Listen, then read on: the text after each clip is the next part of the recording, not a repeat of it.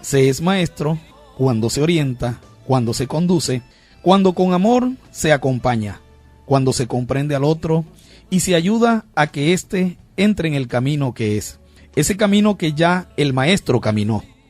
El maestro entiende que se le debe esperar. No es maestro el que transmite conocimientos, lo es quien posibilita que el otro los construya. No es maestro quien queda contento porque su alumno o alumna le dijo al pie de la letra la lección, la tarea, el examen, porque le presentó muy bonito el cuaderno. Es maestro el que logra que sus dirigidos comprendan sus orientaciones, las hagan suyas, las modifiquen de acuerdo a sus propios pensamientos y sensaciones. Entonces serán capaces de llegar por sí mismo a la meta anhelada por él.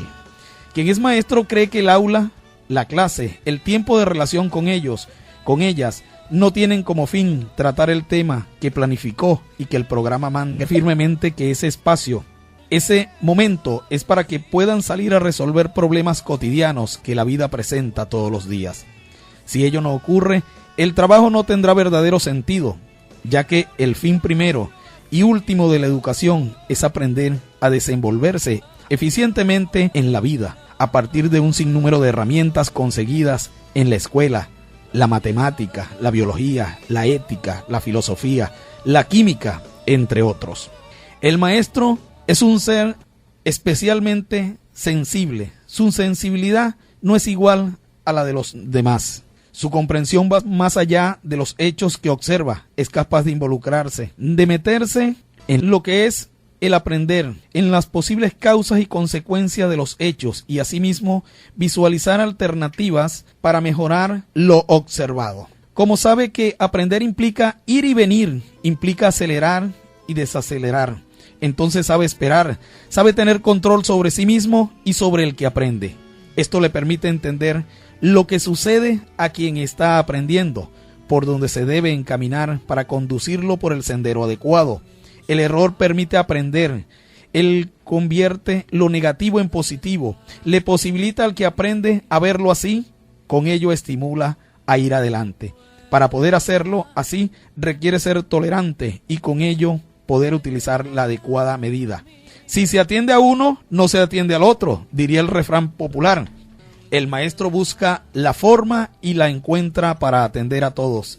El tiempo sabe ser un aliado importante y quien lo sabe utilizar es verdadero maestro. El maestro acompaña, el maestro sabe tomar distancia, sabe acercarse y cuándo retirarse.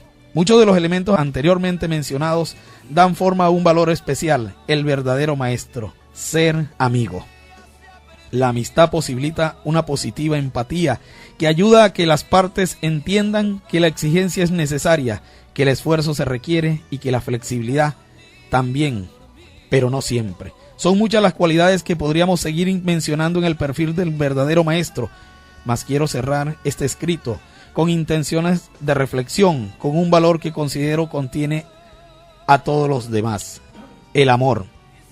El verdadero maestro se ama, por tanto, ama a los demás. Al experimentar amor, siente las necesidades del otro, de quien está aprendiendo, lo que lo lleva a dar lo mejor de sí para ayudar a que él, que aprende, cubra sus propias necesidades. Esto es un escrito de Fernando Eugenio Rentería Garzón.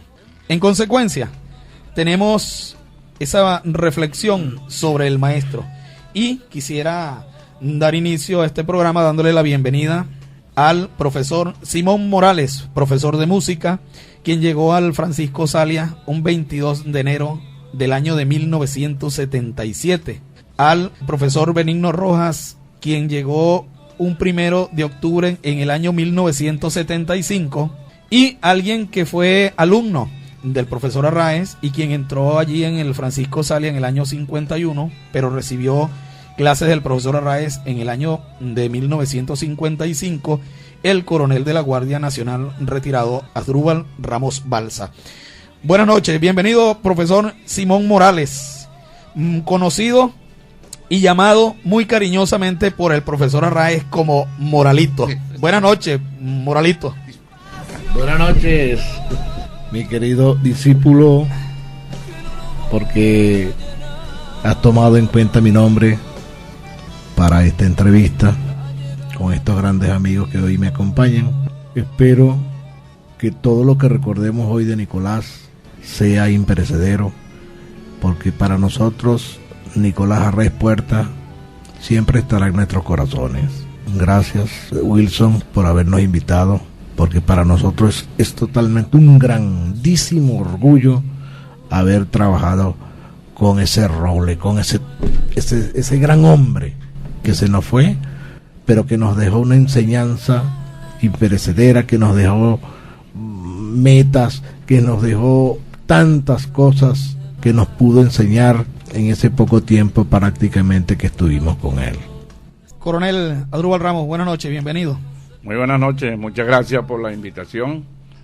Para mí es muy placentero estar aquí esta noche con ustedes, ya que el motivo de que nosotros estemos aquí es algo muy especial, ¿no? Para mí el profesor Nicolás Arraez marcó siempre un ejemplo de conducción, como maestro, como amigo. Yo tengo tantas cosas de que hablar del profesor Arraez que quizás un programa es corto, porque a mí me tocó prácticamente inaugurar el grupo escolar Francisco Salias, y posteriormente fui su alumno en el 5º grado. Mi esposa Esmeralda fue alumna de Nicolás Arraez, yo fui alumno de él. Él fue testigo de mi matrimonio. Imagínense ustedes, pues, las vivencias que puedo tener yo de ese gran maestro, lamentablemente fallecido en estos días de la semana pasada. Profesor Benigno Rojas, buenas noches, bienvenido, profesor. Buenas noches. Gracias por invitarme a su programa aquí en Radio Saraz para hablar de algunos recuerdos del profesor Arraez, que para mí fue mi guía, mi orientador como maestro que fui en esa escuela Francisco Salias durante 28 años que estuve allí, y él fue mi guía durante más o menos unos 15 años para yo ser maestro. El maestro, como decía el amigo acá, es el que va reflejando en sus alumnos la enseñanza, la práctica. Buenas noches. Sí, señor. Por allí estamos en la parte de la presentación, de los recuerdos del profesor, y estamos así como golpeados, porque yo también conocí al profesor Arraez. Yo estudié en el Francisco Salias cuando él era director, y de hecho el profesor Morales fue mi profesor de música, y yo pertenecía a la coral del Francisco Salias. No tan allá, ¿no? Pero ya conocí al profesor Arraez. Y hay algo importante. El profesor Arraez, yo tengo un escrito aquí que lo tengo para leerlo al final, pero me voy a adelantar un poco a eso que yo escribí, ¿verdad? Que dice lo siguiente: el profesor Arraez fue estricto, sin maltratar ni agredir. Fue querendón, sin alcahuetear.